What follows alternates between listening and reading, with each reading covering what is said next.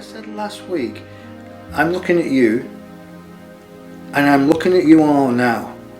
And just because I can't see you doesn't mean I don't feel you. I feel your energy. I feel your love.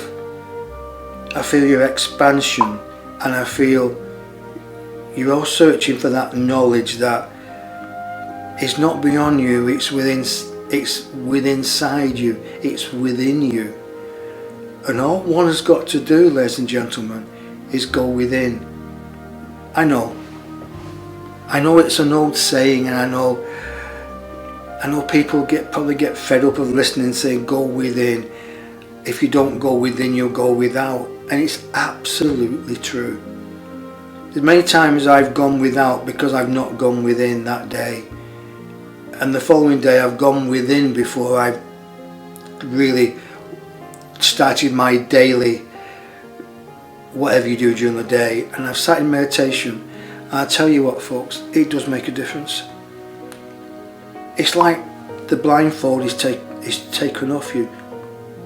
Your ears are dialed up to a high frequency, and you see things, and it makes you smile, and you feel things within your heart.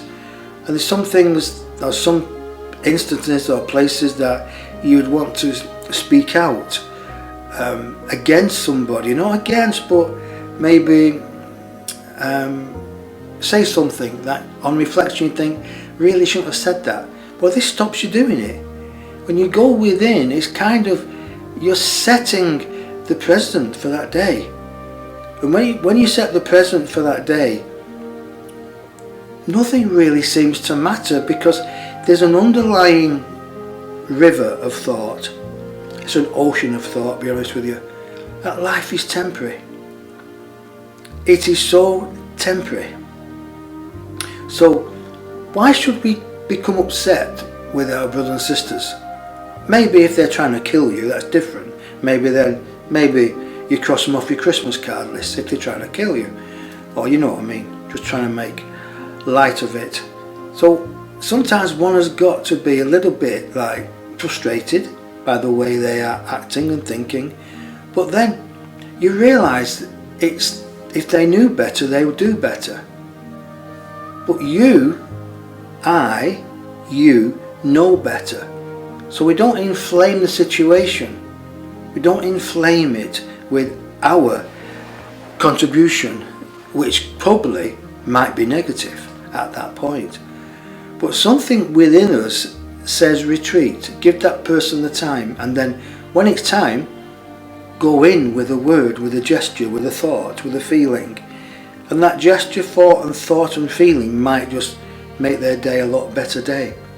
Now, sometimes it's very hard to swallow that pill to be of a betterment person during the day, but we have to do. We have to do. Because everything you do in this life, everything you do, think and feel, you'll have a life review of when you go over the other side. So, it beggars to believe, doesn't it, that all the, what you may call evil in this world, all the people who are transgressing the spiritual laws, what's going to happen to their thought patterns, or their life view, or their feelings, or their spiritual advancement when they go over to the side and they have a life review? What happens to them? Well, it's none of your concern, none of my concern. All our concern is here is that we watch what we say, we watch what we do, and we watch how we help other people. And sometimes we have to be deliberate in the way we do it. We have to be strong as concrete or iron, have to be really flexible as an elastic band, and calm as water, and peaceful as the sky. We have to be all this, all at once, all at the same time. For once we master ourselves and the way we react to certain situations and conditions, we become the master. We become the maker of the next moment, the next second, the next minute, the next hour. the next day. We start our tomorrow with this moment now. For there is no time as we know it. And they say time has quickened up because the digital thing. I'll say yes, it has, but we can slow it down. We don't have to be like follow the Pied Piper. We don't have to do that. We can stand still and say, okay, we connect with time, our own time, our time for growth, our time for peace, our time to read a book, listen to music. For in that peace and quiet, there's a time for growth. And it's your time. There's a time for you to grow. There's a time for you to understand. A time for you to let go. The time for you to demolish those belief patterns that you had about yourself.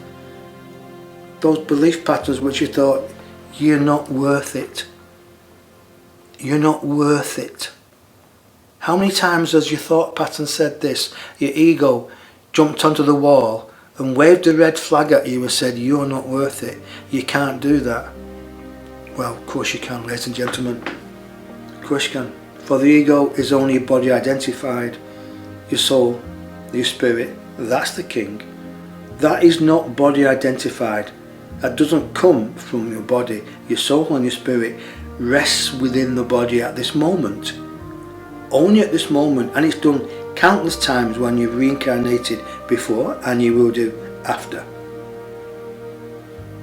The ego is body identified, so it only identifies with the body. So if you cut the body off, you cut the thought patterns from the body, try to segregate the body from the spirit, from the soul, the picture becomes clearer. You become awakened. And when you become awakened, ladies and gentlemen, you cannot become not awakened. You cannot open that book and start to read and close it, because that book, you've already started to read it, so it's always open. You'll always go back to it. So this is what it's all about. It's about you. It's about your personality.